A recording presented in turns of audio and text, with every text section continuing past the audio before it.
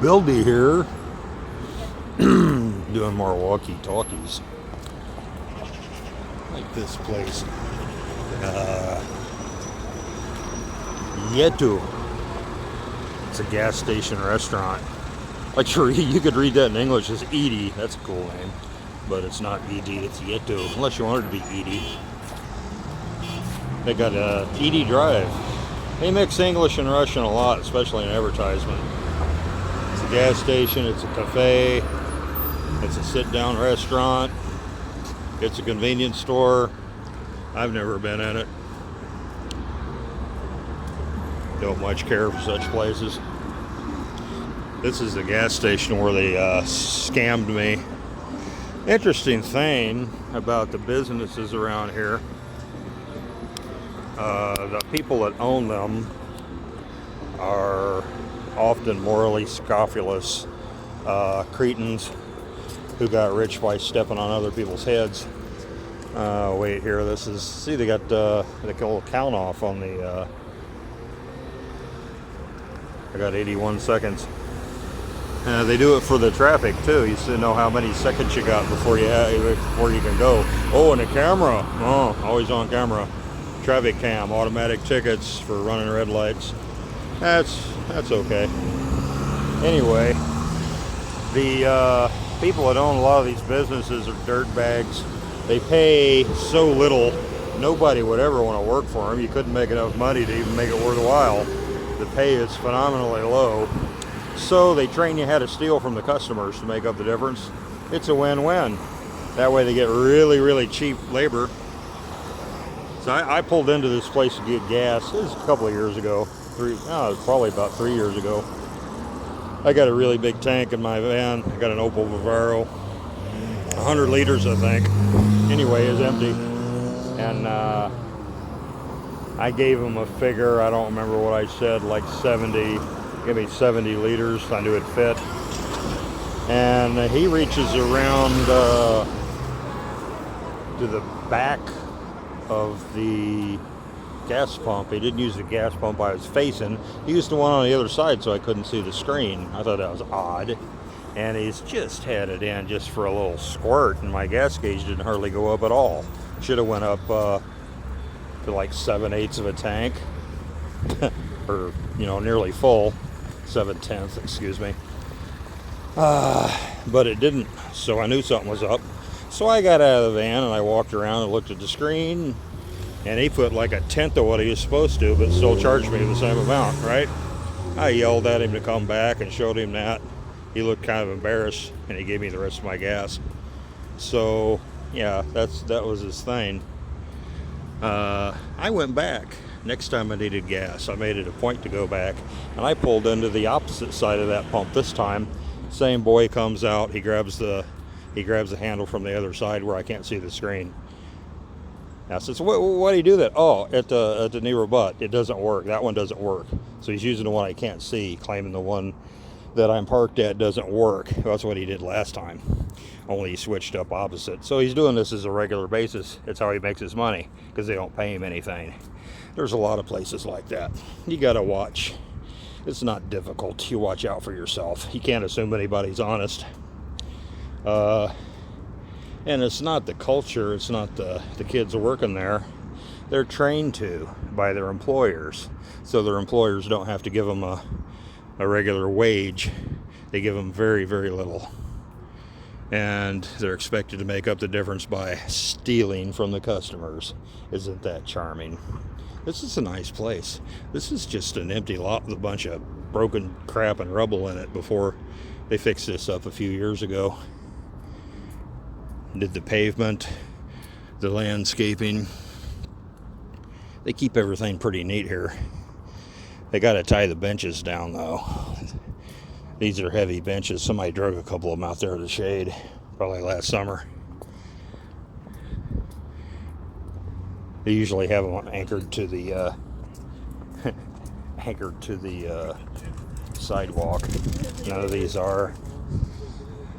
I suppose they'll have cameras soon enough. Maybe not. They could have now, but they don't have any, and they have problems with teenagers and drunks and bums moving benches around. I guess as long as they don't destroy them, it's no big deal. Those things are heavy. They got them out there in the mud. Playground equipment. Nice stuff, top of the line. That's quality. It's a nice playground.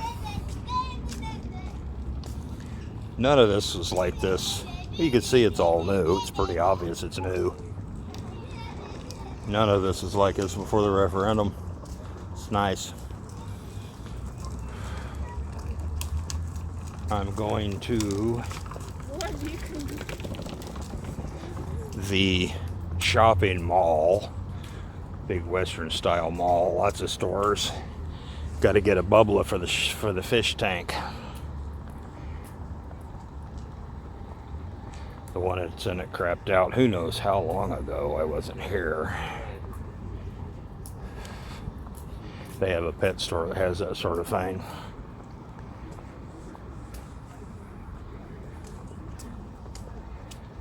Oh, that's a new one. I think they just built that. There's an industrial area back behind here. Oh, that's the old science building. Got a radar set on top of it, presumably. It's got the cover for it anyway. I've been in there. They've got a bunch of offices and studios and stuff in it now. I don't think it's official government science buildings anymore. Might be part of it.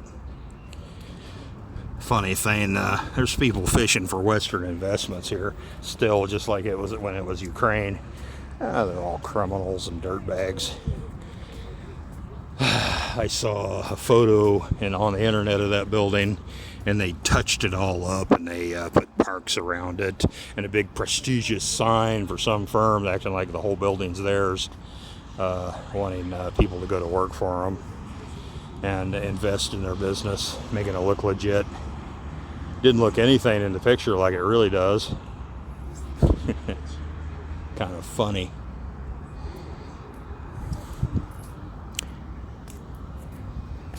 As long as we're talking about dirt bags, let's talk about Igor Kolomoisky. He owned Private Bank, which was all over this place. They had HSB, they had Raiffeisen, they had German banks, English banks, and they had private banks owned by Mr. Kolomoisky. I had money in the private bank. It was my wife's bank. And he had done all kinds of investments here. The usual deal is they start building a huge building and say it's going to be apartments or hotels. They advertise to Europeans and in the West, even Americans, to invest in these things. And they just get the skeleton of the building up. There'd be no permits. There'd be no inspections. It'd all be illegal as hell. And they get, oh, look, we're building great building. And they show you artist conceptions of what it's going to be. These people buy condos and they invest. And then construction just stops. Because they all stole the money and run off with it, and you're screwed. So we used to have a lot of unfinished buildings in Sevastopol. After the referendum, Mr. Kolomoisky emptied out his banks and left. Some bitch owes me $2,000. I told the little woman to take that money out of the bank, that something's going to happen. Because, you know, I'm not exactly stupid or politically unaware. Of course, she didn't listen to me. Funny, I'm one of these magic, genius, godlike Americans that they fetishize, but nobody will listen to me. Anyway, I lost $2,000.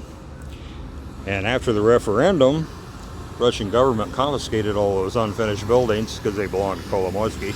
He's on a wanted list. I think he's even on the terrorist list for the U.S., but they use him. He's their buddy. He's their monster. And them in Israel. Anyway.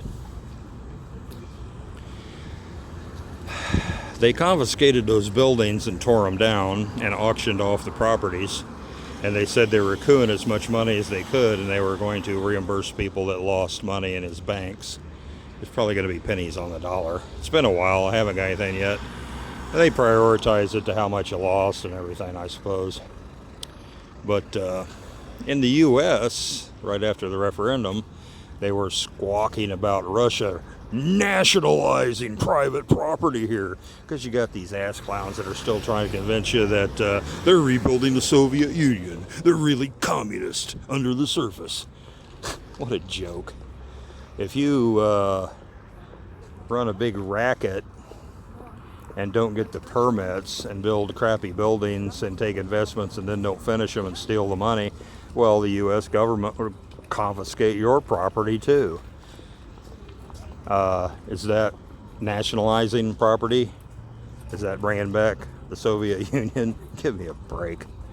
Anyway, some of these properties have already been knocked down and something else put up. Oh, this one here, this is this mall. It was substandard. It was done without the proper permits and inspections. They shut it down for a year and went through it with a fine-tooth comb before they reopened it to make sure everything's on the up and up legally and structurally, and that it's a solid building. Had to do a lot of stuff like that here. Musan. Back behind it is a sports center for kids. Well, showing it on the screen there now. My daughters went to gymnastics class there. They have classes for karate and jiu-jitsu and sambo, and they have classes for basketball, football. They have a soccer field out front. Of course, gymnastics, dancing, even ballroom dancing. Zoo magazine. That's where I need to go to get a bubbler. I don't know what you call the thing. It's a filter that makes oxygenates the air. Oh, I missed it. Dude's doing wheelies on his moped.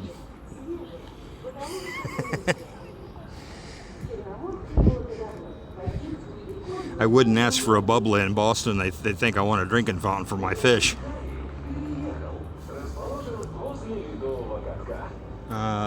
Advertisement.